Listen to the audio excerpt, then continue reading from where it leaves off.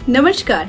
क्या आपको पता है कि आप सोते हुए भी पैसे को आकर्षित कर सकते हैं और इसको करने के लिए आपको विशेष किसी भी नियम की जरूरत नहीं, बस इसे गुनगुनाने की जरूरत है। क्योंकि आज जो मैं मंत्र बताऊंगी ये उन लोगों के लिए है जो खास तौर पर मंत्र जाप करना तो चाहते हैं लेकिन उन्हें समझ में नहीं आता है कि ऐसा कौन सा मंत्र जाप करें जिससे हमारे पास पैसा भी आए, समय भी बचे और साथ में हम अट्रैक्ट करें बहुत सारी खुशियों को भी।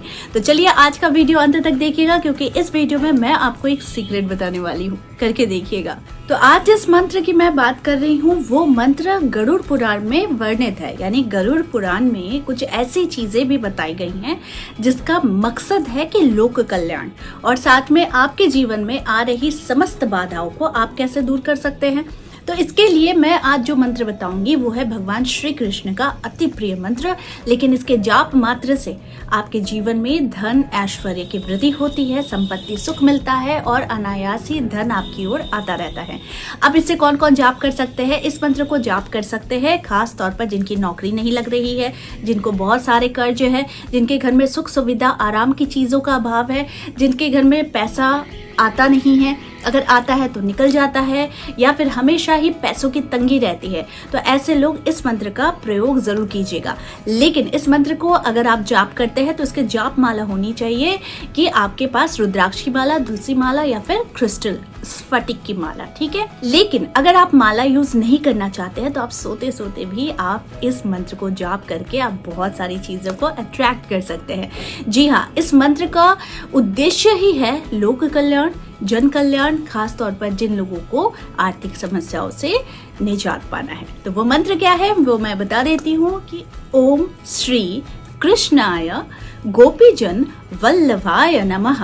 इस मंत्र के जाप से कुछ ही दिनों में आपको अंतर समझ में आएगा। आप सोते वक्त सिर्फ इसका प्रयोग इस प्रकार से करेंगे कि आप सो भी गए हैं, मान लीजिए कि आपकी लेटने की परिस्थिति है कि आप लेट चुके हैं बिस्तर पर और आपके पास कोई माला नहीं है, तो सिर्फ और सिर्फ आप मन ही मन आप बोलते रहिए ओम श्री कृष्णाय गोपीजन वल्लभाय नमः। इस मंत्र के प्रभाव से आपको इतना असर होगा, यानी इसके मंत्र के प्रभाव से एक तो भगवान श्री कृष्ण का आशीर्वाद मिलेगा और साथ में आपके जीवन में आर्थिक समस्याएं दूर होती हुई चली जाएंगी।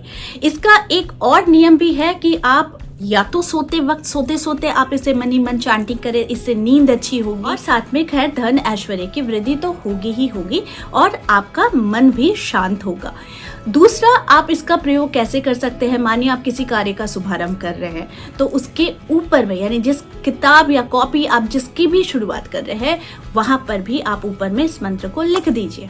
इस मंत्र को लिखने का प्रभाव इतना ज्यादा वेगशील होता है, इतना द्रुत गति से इसका प्रभाव होता है कि जब आपके जीवन में शुरुआत होती है किसी कार्य को करने की तो आप इस मंत्र के जरिए आप उसमें परिवर्तन देख सकते हैं।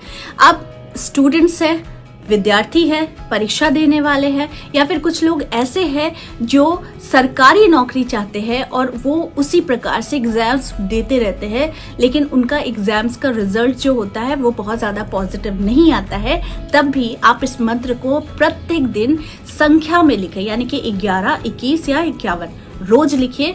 इसके प्रभाव से आपको चमत्कारिक रिजल्ट जरूर दिखता है। आपकी कोई भी मनोवांछित इच्छा है वो पूर्ण जरूर होती है और साथ में आपके जीवन में वो द्रुत गति से सुख संपत्ति ऐश्वर्य की वृद्धि होती है जिसका आप सपना देखते हैं या फिर आप चाहते हैं कि आपके जीवन में भी बरकत हो।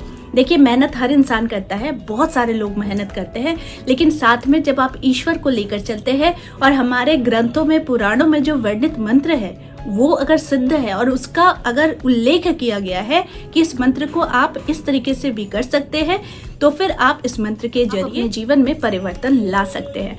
तो आज का जो मंत्र था ये पैसा ही पैसा लाएगा और साथ में जीवन में सुख समृद्धि का विस्तार भी करेगा।